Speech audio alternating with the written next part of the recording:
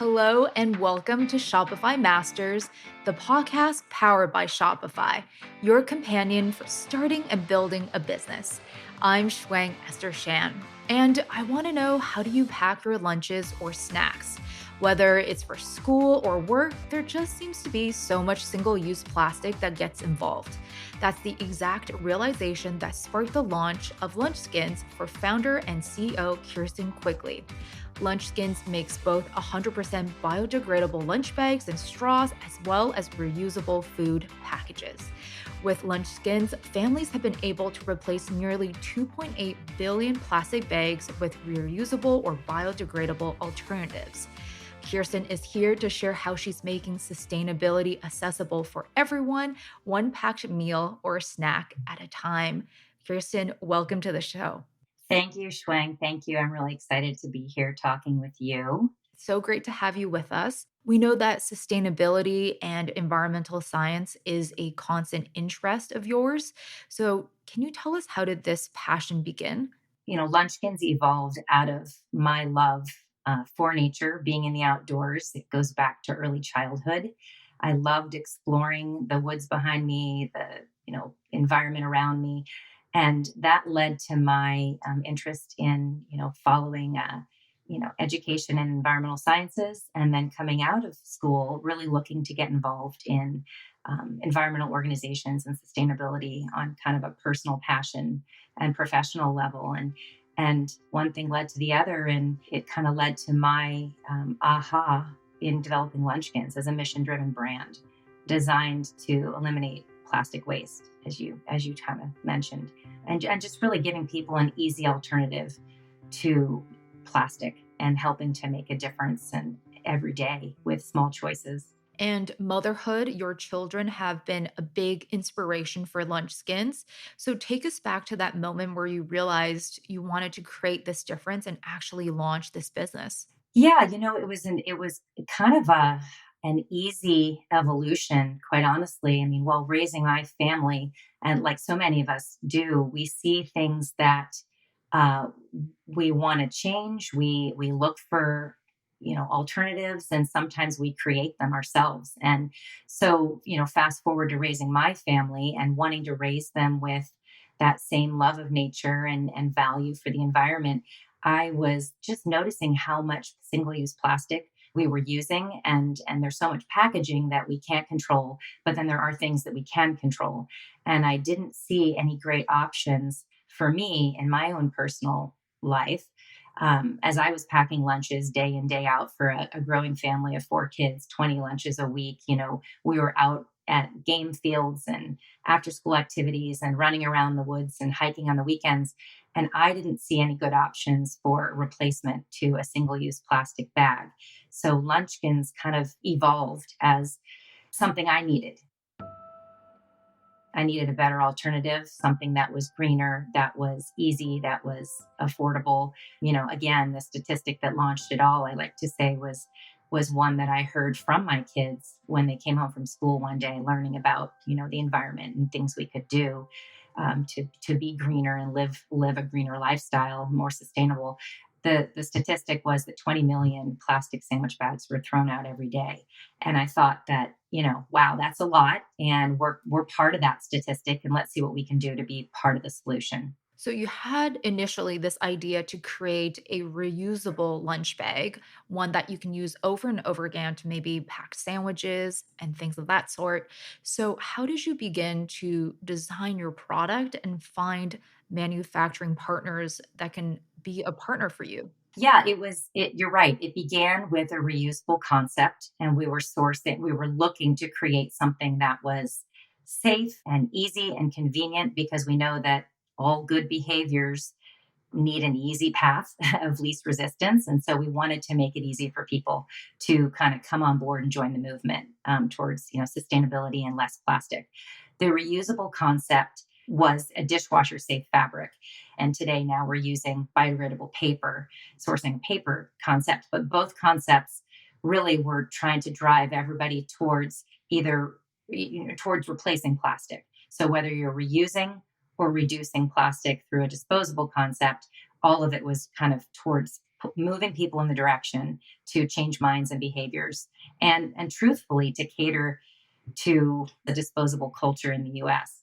You asked about working with partners, and I think like any business, looking for like-minded partners, looking for partners that shared our values, that were wanting to be part of a journey towards building a brand, building a sustainable brand, and looking for that mutuality. We also think of retailers as our partners too, because on the other side, they are helping us scale this concept of sustainability with their communities and customers, and many of them have really leaned into it with us and accelerated our growth, which has been really positive and really great. So both operation, manufacturing partners and retail partners are really kind of the secret sauce of success for any business, because you've got to build partners that share your values and mindset and can help you kind of scale on that journey and scale quickly. And looking at that production side early on, has there been any lessons you've learned that you want early founders, early entrepreneurs to take note of when they're going into their first production run for their product? Boy, we've learned so many lessons. Where do I start? That's a whole book for itself. But I think that you can make a lot of progress in conversation, but the real kind of rubber meets the road when you get into physical production, and not relying on a conversation, but relying on kind of proof of product. Like really asking for and demanding kind of the high standards that you're looking for, and having them show you, and it's quality control type stuff, but really not ever just relying on verbal conversations to get you there. But and we do so much virtually now. Seeing is believing. We had, this is 10 years ago, so we had to wait, and the process would take longer because we wanted to really see proof of every step of the process and proof of quality assurance along the way. And then execution is everything. And that's where we've had our highs and our lows.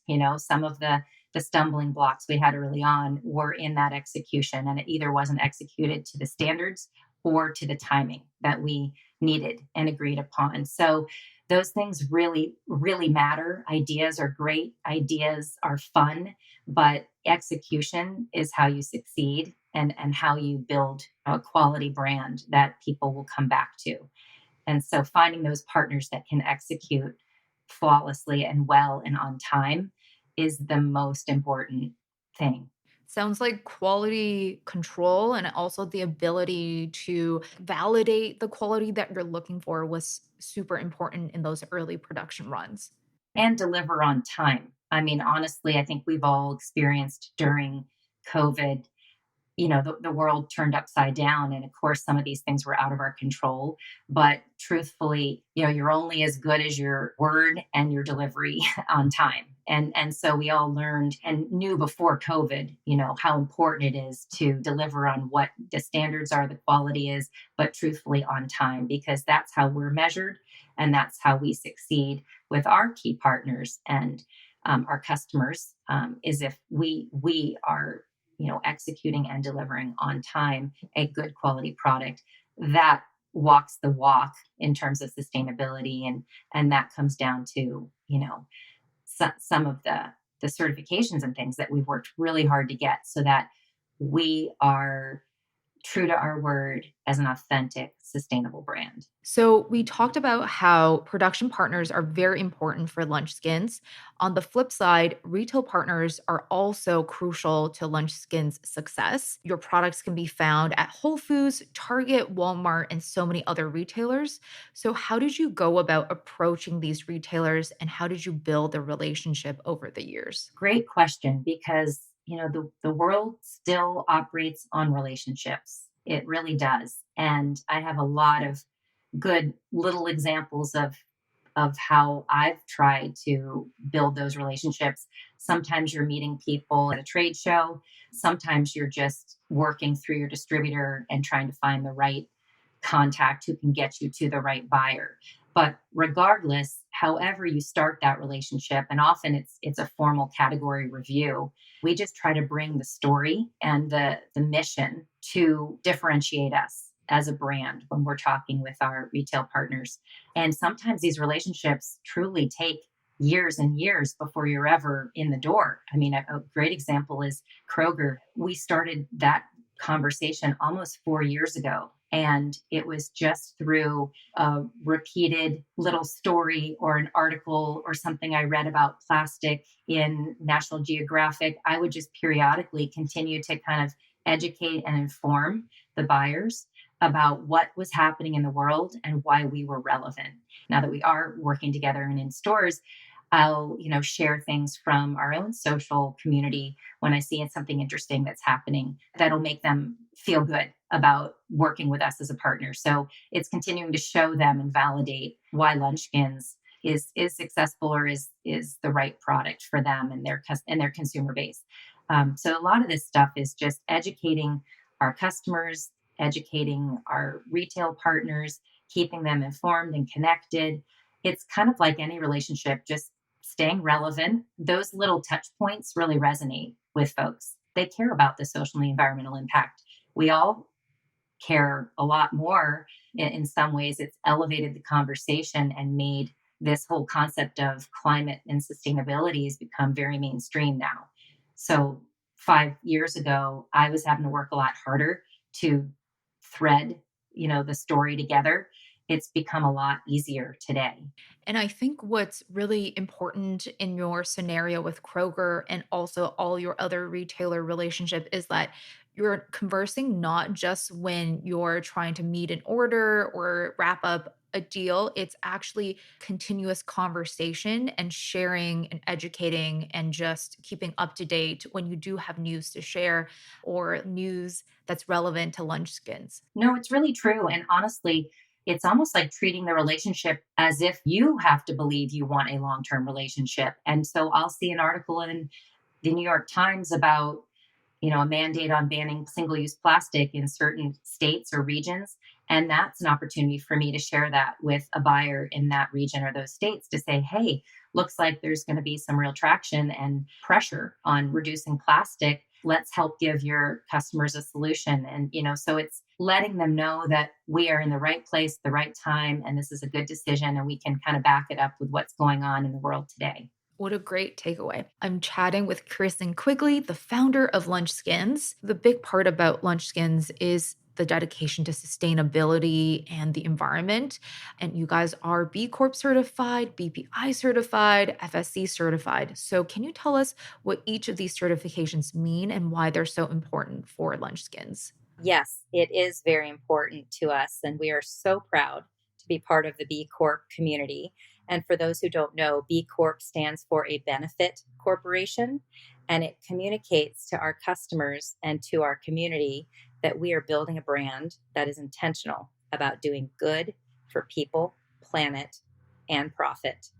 And that means a lot to us. In our case, the impact we're striving towards is diverting plastic bags. And to date, we've diverted 2.8 billion single-use plastic bags from landfills and ocean fills. So it's very core to kind of who we are. You mentioned FSC and BPI and why we like those, and they were important to us getting the B Corp status, is they speak to our full life cycle as a product and a mission-driven brand. The FSC certification stands for Forest Stewardship Council, and it speaks to the fact that we source raw materials and work with partners who are FSC certified that are sustainable at the very beginning of production. And then at the very end of production, the BPI stands for Biodegradable Products. It's a Biodegradable Product Institute that ensures and kind of validates your product as something that can be discarded responsibly and sustainably and just go right back into the earth. So all these things come together to give us the confidence to communicate our, mission and sustainable product and path to our community. And I think a lot of founders who are in their journey, they do want to incorporate social impact or sustainability within their business model. Are there some tips or advice you have for fellow founders who are wanting to achieve some of these certifications? I think it's probably a little bit easier today because it is top of mind. Climate friendly practices are becoming, as we talked about, more mainstream and top of mind. And I think the tip would be doing your homework to know what it is you want to do.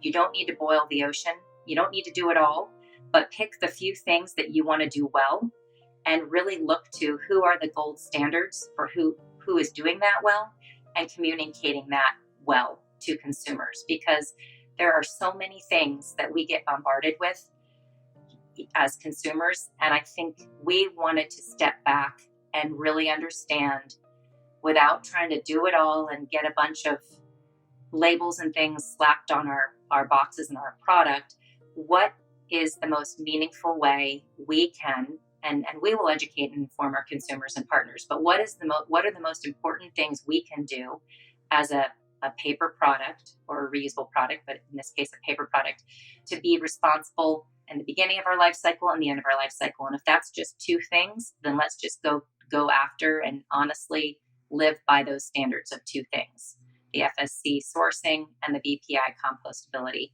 Don't get overwhelmed by the long laundry list of things you can do. Just focus on what is meaningful to you and your product, and how can you best communicate that to your customer.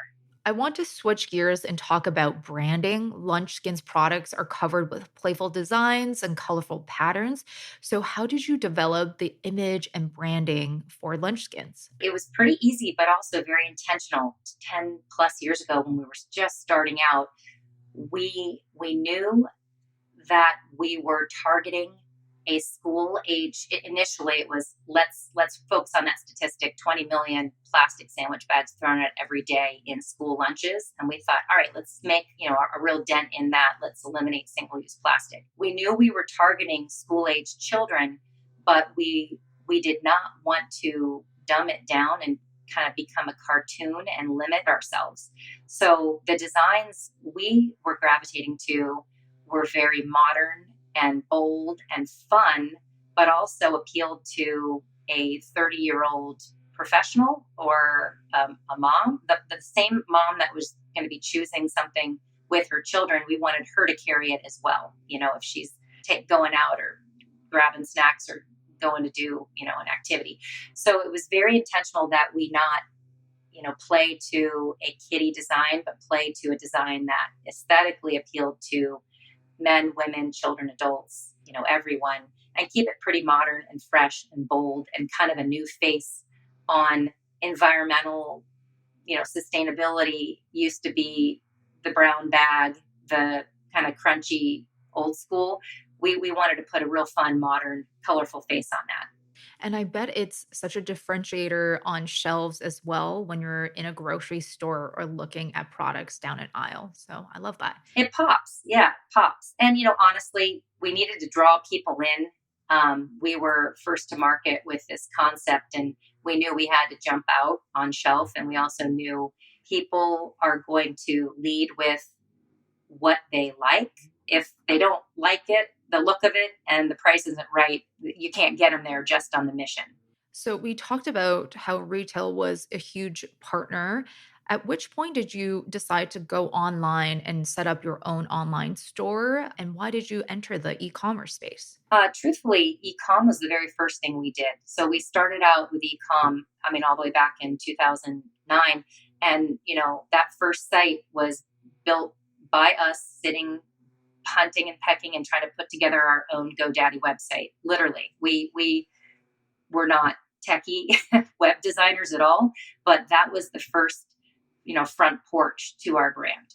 So Lunchkin started with a site that, of course, we quickly outgrew and needed to become more professional. And now it's awesome. And the focus is on a lot of photos and videos to help educate formed and connected to us and to our movement and our mission and what we're doing, and sharing information about how we give back. And, that type of stuff really resonates with our customer. And, again, they care about the environmental and social impact. It's also taking advantage of tools and things that Shopify provides, like the carbon neutral deliveries. So for us, the website is, the front porch to our brand. We've really grown our presence in retail stores, but we've always, always, always really had a strong focus and eye on how to keep our website relevant and up to date and really informative to, educate.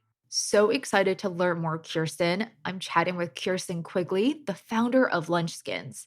I hope you're enjoying this episode. If you haven't already, please follow or subscribe to Shopify Masters on your listening platform and leave us a review or feedback for the show. Thank you. So, I wanted to talk about the fact that Lunchskins gives back to the planet with 1% on every order.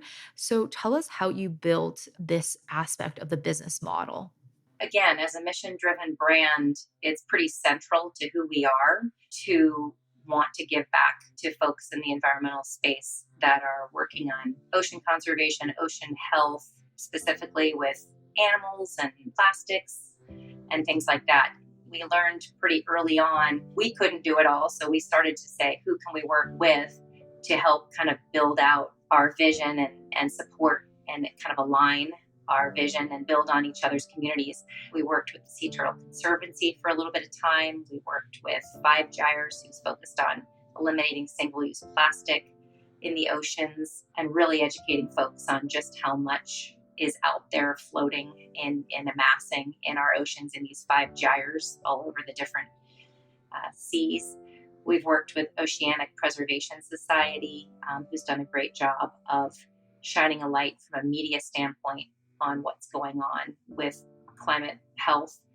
And, all these groups have a vested interest in a healthier planet. And in our case, eliminating plastic pollution and protecting oceans and clean land space.